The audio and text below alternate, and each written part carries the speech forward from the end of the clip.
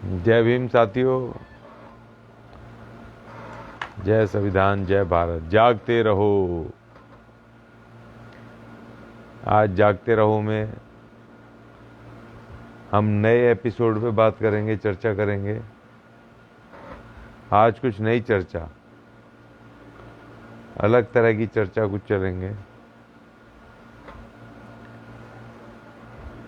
साथी जुड़ते जाएं और शेयर करते रहें। शेयर नहीं करते हो भाई, क्यों नहीं करते हो? मैं समझ नहीं आती। शेयर करो। कुछ मैं गलत बोलता हूँ क्या, या आपको अच्छा नहीं लगता? साथी शेयर करें। कुछ ओपिनियन आएंगे, कुछ सजेशन आएंगे, लोग देखेंगे। अगर कुछ गलत हो रहा है, कुछ हम गलत कह रहे हैं, तो उस पर सुझाव आएंगे। तो शेयर ज़रूर करें, ज़्यादा से ज़्यादा शेयर करें अपने चैनल उस पर। तभी तो हमें भी पता चलेगा कि भाई हम जो कह रहे हैं, कर रहे हैं, वो सही है, गलत है। तो साथियों से अपील है, जुड़ते रहें। जो जगह हैं साथी, क्योंकि वैल्यू जगह की है, सोए की नहीं है। जो सो गया समझो सो खो गया, जो जग गया समझो पा गया। ठीक है ना? ऐसी कहावतें हैं, और वो कहावतें ठीक ही होंगी, क्योंकि जागने से मिलता है, सोने से नहीं। सोने से तो सो गया, बस खत्म कहानी, कहानी खत्म हो गई। तो इसीलिए मैं आपसे अपील कर रहा हूँ कि भाई आप जुड़ते जाएं। मैं आज विशेष चर्चा करूँगा।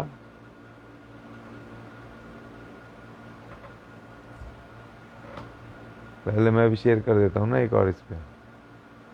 जी, तो साथियों आज है तो बहुत सारे मुद्दे। एक सबसे पहले तो ये एक बड़ी खुशखबरी, आज भारत के संविधान की जीत हुई है, बहुत महान जीत। भारत के सुप्रीम कोर्ट, माननीय सुप्रीम कोर्ट ने आज जो संविधान विरोधी काम हो रहे थे महाराष्ट्र और दिल्ली में, आज उस संविधान की शक्ति को आज सुप्रीम कोर्ट ने बताया। और महाराष्ट्र में जो सरकार काम कर रही है उसको गैर कानूनी, गैर संवैधानिक सरकार घोषित किया।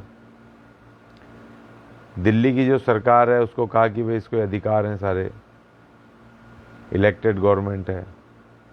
तो आज महान भारत के महान संविधान की आज महान जीत हुई है। मैं पूरे देशवासियों को शुभकामनाएं देता हूँ, खास तौर पे अपने SC ST के लोगों को। अभी मैंने 4 दिन पहले भी मैंने एक वीडियो डाला था कि बाबा साहब बड़ी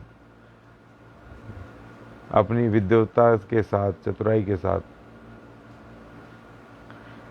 एक संविधान को एक ऐसा महान, एक ऐसा चक्रव्यूह बना के गए हैं कि जो भी उसके साथ छेड़छाड़ करेगा, जो भी उस चक्रव्यूह को तोड़ने की कोशिश करेगा, उसमें घुसने का रास्ता है, निकलने का नहीं है। और आज सुप्रीम कोर्ट ने वो साबित कर दिया कि दुनिया का सबसे बेहतरीन पढ़ा लिखा विद्वान, इस धरती का सबसे पढ़ा लिखा व्यक्ति,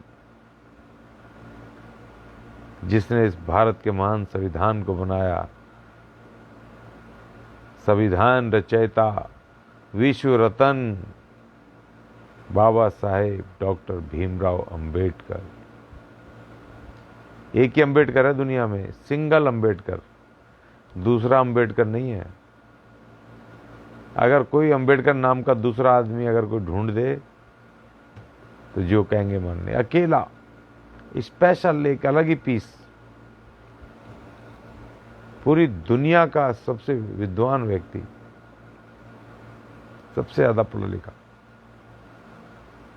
और ये गौरव हमें प्राप्त है कि हमारा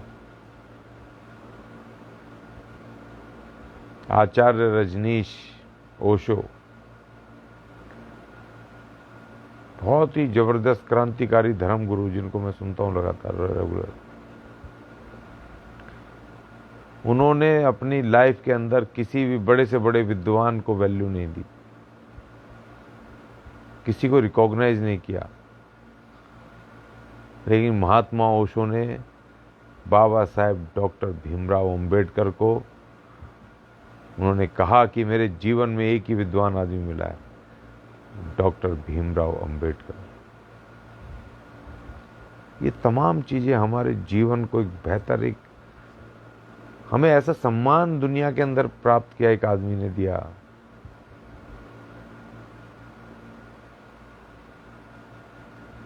वो सम्मान, वो प्राउड, वो सिर्फ हमारे पास है, हमारे पास। और माननीय सुप्रीम कोर्ट ने आज उस पर मोहर लगाते हुए आज उस महान संविधान की शक्ति को देश दुनिया के सामने आज उसकी महान शक्ति को बताया। मैं धन्यवाद अदा करता हूं माननीय सुप्रीम कोर्ट का। ये जितने मर्जी गैर संवैधानिक काम कर लें, लेकिन बाबा साहब उसका ढांचा, स्ट्रक्चर ऐसे बना के गए हैं उसका, सिस्टम का, कि अगर संविधान के विरुद्ध काम करोगे तो कहीं ना कहीं फंस जाओगे, उलझ जाओगे, आपको कहीं पर भी निकलने का मौका नहीं मिलेगा। ये महान संविधान 3 साल के आसपास उसने पूरी मेहनत की, महान आत्मा, अपना सब कुछ त्याग दिया। 3 साल के लगभग दिन रात उसमें लगा, लिखने में, करने में। पूरी दुनिया के संविधान पढ़े, पूरी दुनिया के संविधानों को स्टडी करके बेहतरीन चीजें भारत के लिए, हमारे लिए दी। तो मैं धन्यवाद अदा करूंगा माननीय सुप्रीम कोर्ट जी का, और साथ में शुभकामनाएं तमाम संविधान को मानने वाले लोगों को, जो भारत के महान संविधान में आस्था रखते हैं, विश्वास रखते हैं, श्रद्धा रखते हैं। उन तमाम लोगों को बहुत बहुत शुभकामनाएं। साथियों, आज एक और जीत हुई। हमारी एक बहन पिछले काफी समय से संघर्ष कर रही थी। दिल्ली के सराय काले खां में एक बड़ा हत्याकांड हुआ था। एक हमारी बहन, उसके बेटे को कुछ जल्लादों ने, वैशी दरिंदों ने उसकी हत्या करके और उसको वहां नाले में डाल दिया था, उसकी लाश को। पहले तो वो एफआईआर दर्ज करने के लिए स्ट्रगल करती रही। बहुत सारे हमारे नेता, तमाम लोग गए, वहां पर जा रहे थे, बहुत सारे हो रहे थे। फिर बाद में 14 अप्रैल को बाबा साहब के जन्मदिन के दिन एफआईआर लिखी गई, लाश ढूंढने की कोशिश की गई, लाश अभी तक नहीं मिली। 4 आरोपी अरेस्ट हैं, 4 आरोपी बंद हैं, एक को छोड़ दिया है, 3 बंद हैं।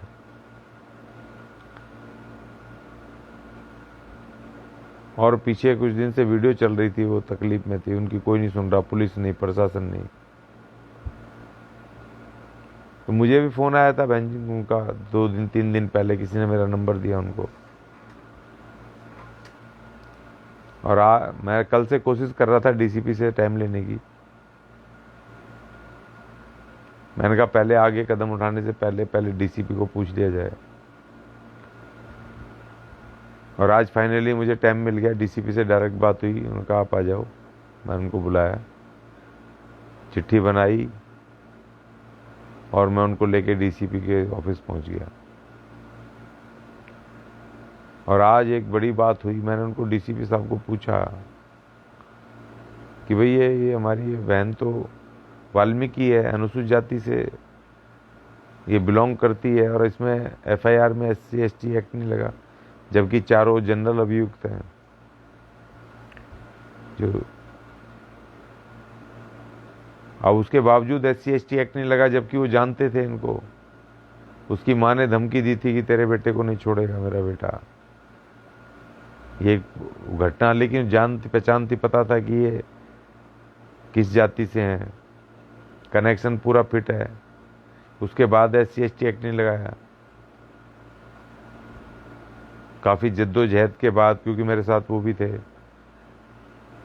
उनकी लड़के की माँ भी थी और भी 3-4 साथी हमारे, वो सारे लोग थे, 5-6 लोग थे। उनके सामने ही डीसीपी से बहुत देर बात हुई, बहस हुई, और फाइनली डीसीपी को मानना पड़ा। और जो एफआईआर है उसमें 302 की धाराएं वगैरह जो थी, जनरल धाराएं, फिर उसके अलावा SC/ST एक्ट उसमें इम्पोज करना पड़ा पुलिस को। कल परसों एफआईआर आ जाएगी दूसरी, उसमें SC/ST एक्ट ऐड हो जाएगा।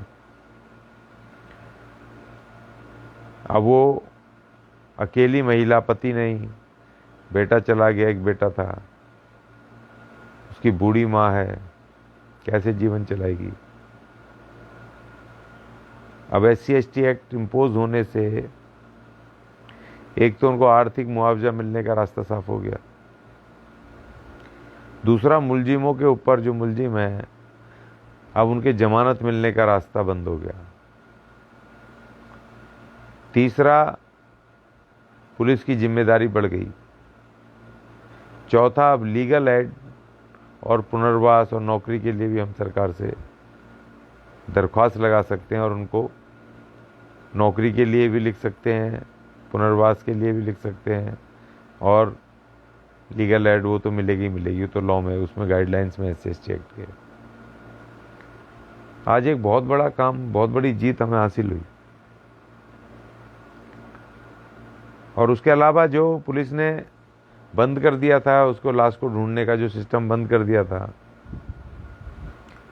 इन्वेस्टिगेशन फर्दर और ये सब चीज़ें बंद कर दी थी, क्योंकि कुछ रहा होगा बात, क्योंकि दोषियों को अगर लाश नहीं मिली तो जो मुलजिम पकड़े हैं वो छूट जाएंगे, वो मिसिंग में आ जाएंगे, मिसिंग है।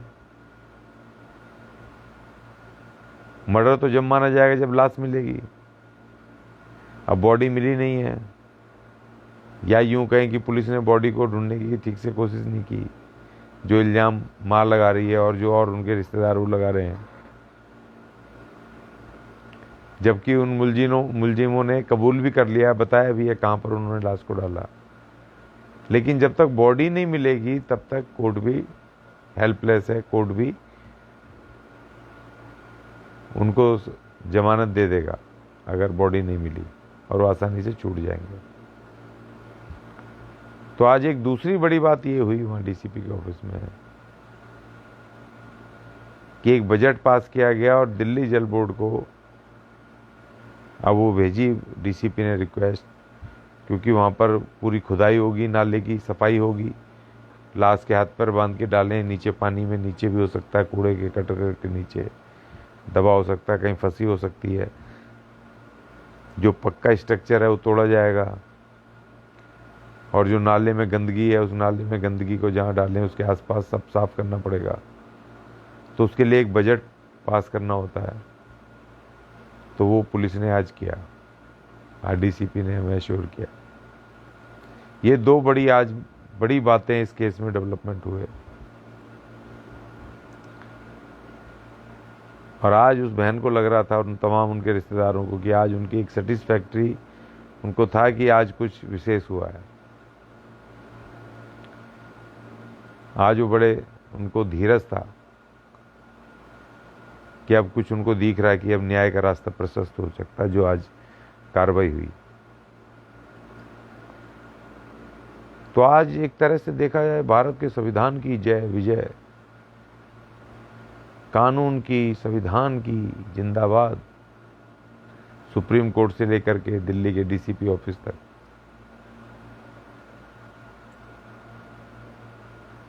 साथियों, संविधान को तो बचाना पड़ेगा। संविधान खतरे में, जो संविधान जिसकी ताकत से हम यहाँ बैठे हैं, जिसकी ताकत से हम डीसीपी से लेके supreme court, court, high court, कहीं भी धड़ाधड़ पहुंच जाते हैं। कोई ना सुने तो जंतर मंतर पे पहुंच के हल्ला मचाने पहुंच जाते हैं। धरने, प्रदर्शन, अपनी बात जोर जोर की बोलते हैं, बोलने की आज़ादी, धरने प्रदर्शन की आज़ादी, कपड़े पहनने की आज़ादी, पूरे देश में विचरण करने की आज़ादी, तमाम अधिकार उनको कोई तोड़ना चाहता, खत्म करना चाहता, कोई है। अब वो आपको सबको पता है कौन है वो जो इसको खत्म करना चाहता है। अब ये आपको तय करना है कि इसको खत्म होने देना है, इसको खत्म करने वाले के साथ खड़ा होना है, या इसको आपको खड़े होकर के बचाना है। क्योंकि संविधान खत्म तो हम खत्म। वोट डालने के अधिकार से लेकर के चुनाव लड़ने के, संगठन बनाने के, सब अधिकार जीरो। ऐसे ऐसे इन्होंने कानून में अमेंडमेंट कर दिए और बहुत सारे ऐसे कानून खत्म कर दिए हैं जो हमें पता ही नहीं है। अब धीरे धीरे पता चल रहा है, जैसे प्रोविजनल पीरियड का इन्होंने 2 साल कर दिया 6 महीने से, उसको 2017 में कब अमेंड किया कुछ हम मेरे जैसे आदमी को नहीं पता, जो 24 घंटे चील की तरह संसद पे, विधानसभाओं पे और इन तमाम चीज़ों पे नज़र रखता है। मुझे नहीं पता चल पाया कब रातों रात वो बदल दिए। जब मैंने वो अपॉइंटमेंट लेटर देखा एनडीएमसी वालों का, एक लेटर मुझे हाथ पड़ गया, मुझे दिखाया किसी ने, देखो भाई साहब, तब मुझे पता चला इन्होंने तो बहुत भारी भारी अमेंडमेंट कर दिए तमाम कानूनों में। मजदूरों के विरुद्ध, SC/ST के विरुद्ध, महिलाओं के विरुद्ध।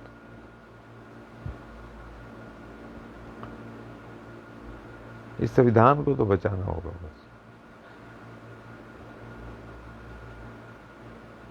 अगर कोई ऐसे अमेंडमेंट आए जिसमें कि हमारे और अत्याधुनिक अधिकार हों, इसी संविधान में उसको अमेंड ऐसे किया जाए तमाम हमारे भी अधिकार सुरक्षित हों और उसमें और बेहतर हों, तब तो समझ आती है कि हमारे प्रतिनिधि भी बोलें, उस पर चर्चा करें।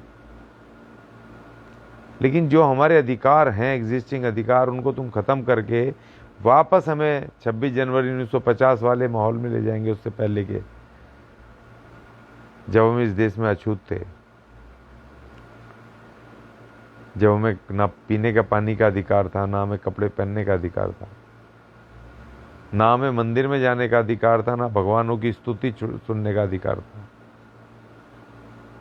अगर गलती से हम उनके भजन कीर्तन या उनके श्लोकों को या उनको सुन लें तो हमारे कानों में गरम पिघला हुआ शीशा डालने के अधिकार वो था, कानून था। अगर हम उच्चारण कर दें इनके श्लोकों का, इनके धर्म ग्रंथों का, तो हमारी जिह्वा काटने का कानून था। क्या उसी व्यवस्था में जाना चाहते हो भाई? वही गुलामी पसंद है क्या? उसी गुलामी में जाना चाहते हो?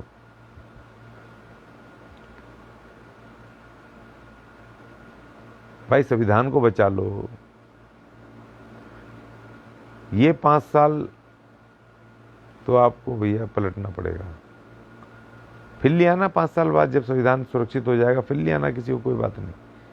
मगर अभी तो आपको सोचना पड़ेगा बहुत तगड़े तरीके से।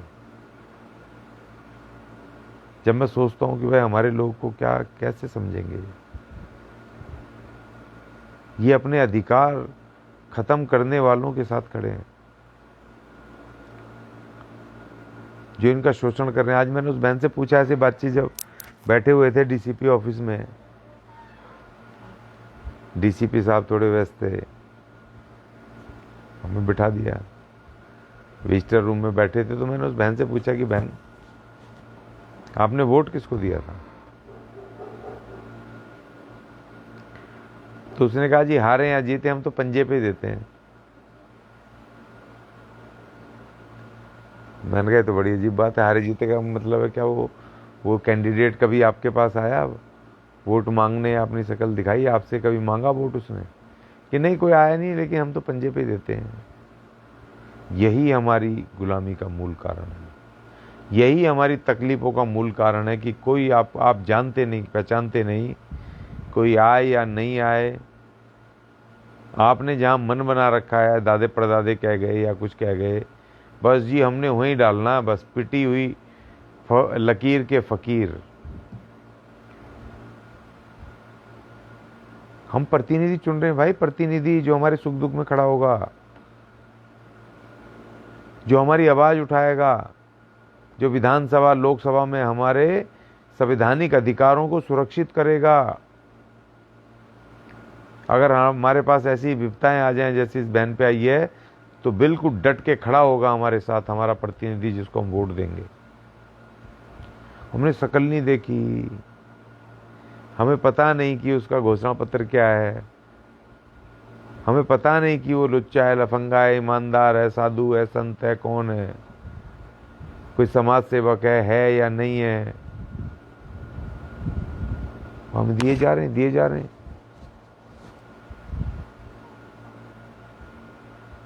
हाँ, मैंने समझाया उनको, बहन को, तो कहा कि आगे से ध्यान रखेंगे। मैंने दो, आप वोट किसी को भी दो, मगर कोई आए तो सही आपके पास, आपको पता तो हो किसको वोट दे रहे हैं, कौन आपका जनप्रतिनिधि होने वाला है। मैंने कहा अगर आपके पास कोई ना आए और आपको कोई कैंडिडेट समझ ना आए, कोई पार्टी समझ ना आए, तो आजकल उस मशीन में सबसे नीचे जितने कैंडिडेट होते हैं उससे नीचे आके सबसे आखिरी का बटन दबा देना, जिसको नोटा कहते हैं, नोटा, NOTA, कि इनमें से हमें कोई पसंद नहीं है। वोट जरूर करना है, लेकिन उसमें व्यवस्था है कि इनमें से कोई पसंद नहीं है, नोटा दबा दो। बहुत सारे लोग दबाते हैं नोटा, और जितना नोटा दबेगा उतना एक मैसेज जाएगा कि कितने सारे लोगों ने नोटा पे बटन दबाया। थोड़ा बदल के तो देखो, चेंज तो करो। आप क्यों जबरदस्ती इनको वोट डाल रहे हो, जो आपके खुले रूप से आपके संविधान के विरुद्ध शपथ खा रहे हैं, जो आपके अधिकारों को खत्म करने के लिए खुला कह रहे हैं। अब कल भी एक आ रहा था, पता नहीं मध्य प्रदेश का कहाँ का, वो लड़के लड़की शादीशुदा जोड़ा, उसको मंदिर में नहीं घुसने दे रहा पंडित जी।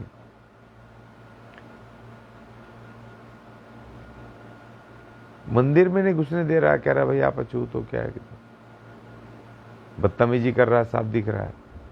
अभी 4 दिन पहले, उससे पहले था एक फौजी लड़का हमारा, दलित, बारात पे घोड़ी पे चल के जा रहा, उसको बहुत पीटा।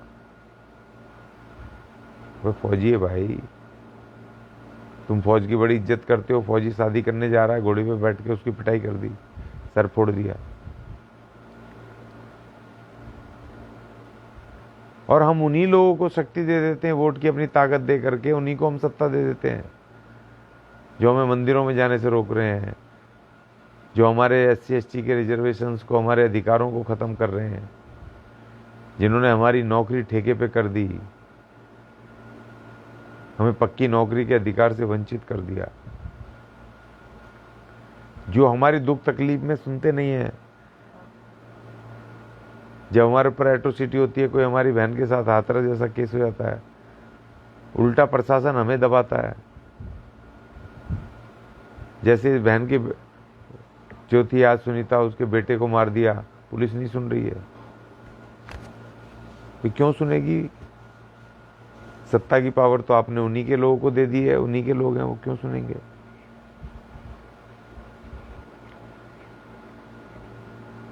अगर हमारा होम मिनिस्टर हो, हमारी अपनी पार्टी की सरकार हो, जिसके ऊपर किसी का प्रेशर ना हो, तो मजाल है जरा कि हमारे किसी आदमी की रिपोर्ट न लिखी जाए और उसका काम ना हो।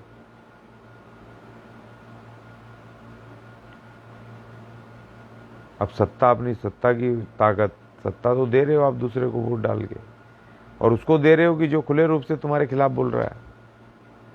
उनके संत, महात्मा, नेता सब बोल रहे हैं संविधान खत्म करो, संविधान खत्म करो, ये बेकार संविधान है, बोल रहे हैं खुद सारे के सारे उनके। वो शपथ दिलवा रहा सुदर्शन टीवी का मालिक कि संविधान को खत्म करो, और फिर भी हम उन्हीं के साथ जाके खड़े हो जाते हैं। पता नहीं क्या हमारी बुद्धि कहाँ चली गई।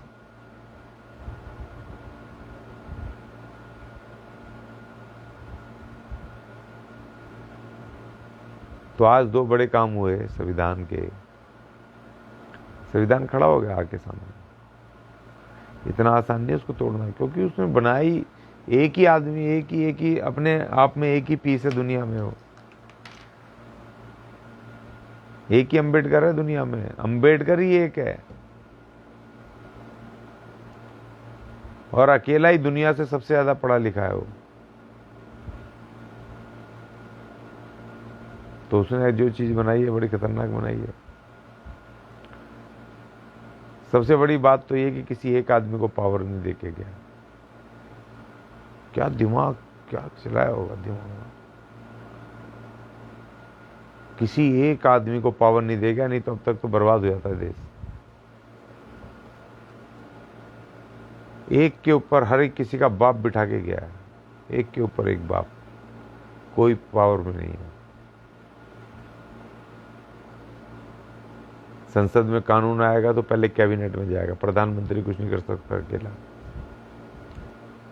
पहले कैबिनेट बॉस है, कैबिनेट उसको प्रस्ताव को पास करेगी, डिस्कस करेगी, चर्चा करेगी। मिनिस्टर्स ऑफ कैबिनेट, कैबिनेट जितने मिनिस्टर्स हैं वो उसकी कैबिनेट है, जो उसके सेंट्रल मिनिस्टर हैं पूरी। उसके बाद वो स्टेयरिंग कमेटी में जाएगा संसद की।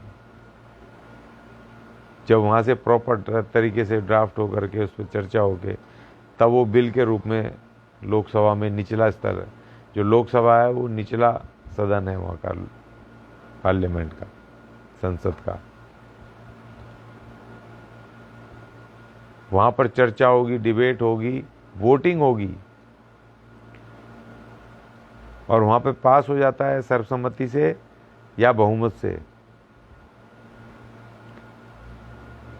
तो उसके बाद वो बिल संसद के ऊपरी सदन अर्थात राज्यसभा में पास कराना होगा, अपर हाउस, राज्यसभा। और वहां पर डिस्कशन, चर्चा के बाद जब वो वहां पर वो पास होगा कायदा कानून, तो उसके बाद फिर वो राष्ट्रपति के पास जाएगा साइन होने के लिए, और राष्ट्रपति जब उस पर साइन करेगा तब वो कानून की शक्ल लेगा, और उसके बाद फिर वो गजट होने के लिए जाएगा। भारत सरकार के इसमें गजट होगा, नोटिफिकेशन होगा, उसके बाद फिर वो लागू होगा। और वो लागू होने के बाद भी अगर उसमें कुछ कमियां हैं, कुछ विरोधाभास हैं, कुछ भी हैं, अगर किसी कम्युनिटीज को लगता है, वर्गों को लगता है कि इससे तो मेरे संवैधानिक अधिकार या फंडामेंटल राइट, मूल अधिकार इफेक्ट हो रहे हैं, उनको नुकसान हो रहा है, तो फिर सबके ऊपर हाई कोर्ट, उच्च न्यायालय और सुप्रीम कोर्ट अर्थात उच्चतम न्यायालय, सर्वोच्च न्यायालय उनको बिठा के गया है कि फिर वो उसके ऊपर इन्वेस्टिगेट करेंगे। जैसे कि अभी की आज 2 केसेस दिल्ली सरकार का वर्सेस गवर्नर, कि किसके कितने अधिकार हैं, किसके कितने राइट हैं, प्लस जो महाराष्ट्र में उद्धव सरकार की जगह वो नई सरकार बागियों ने बनाई थी, तो उसको आज सुप्रीम कोर्ट ने गैर संवैधानिक, गैर कानूनी सरकार घोषित कर दिया कि संविधान के विरुद्ध हुआ सारा। उस समय के जो गवर्नर थे कोशियारी, उसने गलत फैसला लिया। ये प्रॉपर रिटर्न में आ गया आज ऑन रिकॉर्ड। तो अगर ये अदालत नहीं होती, उनको राइट नहीं होता उसको इन्वेस्टिगेट करने का, तो क्या ये हो पाता? बाबा साहब ये खेल करके गए, ये सुप्रीम कोर्ट, और उसके बाद सबसे बड़ी शक्ति, उसके बाद भी सबसे बड़ी शक्ति जनशक्ति, लोक शक्ति, लोकशाही अर्थात डेमोक्रेसी, लोकतंत्र, उसकी वो स्थापना करके गए कि फिर वो अगर तब भी ये कुछ गड़बड़ करते हैं तो 5 साल बाद फिर जनता की अदालत में सरकार को आना पड़ेगा, जवाब देना पड़ेगा, और फिर जनता उनको सबक सिखाएगी। नए लोगों को चुनेंगे, दूसरी पार्टी को चुनेंगे, कई पार्टियां हैं उनको चुनेंगे। होता भी है, कांग्रेस भी हारती है, बहुत सारी पार्टियां हारती हैं, बीजेपी भी हारती है, सब हारते हैं, क्योंकि जनता के हाथ में कमान है, जनता मालिक है। लोकशाही मतलब जनता का राज्य, जनतंत्र, जनता का तंत्र। तो इसमें इसीलिए आज तक इस देश के अंदर किसी एक व्यक्ति की गुंडागर्दी नहीं चली, क्योंकि इसमें सिस्टम ऐसा, वो दुनिया का इकलौता, दुनिया से सबसे ज़्यादा पढ़ा लिखा आदमी वो उस तरीके से बना के गया है सिस्टम।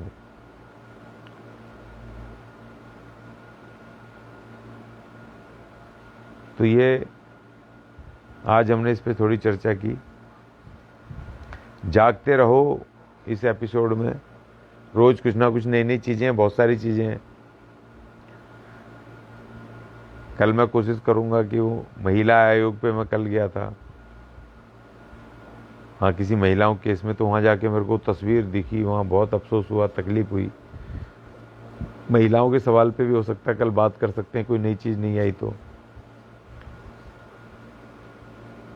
उसको, नहीं तो आई भी तो थोड़ा सा उसको बीच में डालेंगे, क्योंकि उस पर चर्चा बहुत ज़रूरी है महिलाओं के ऊपर।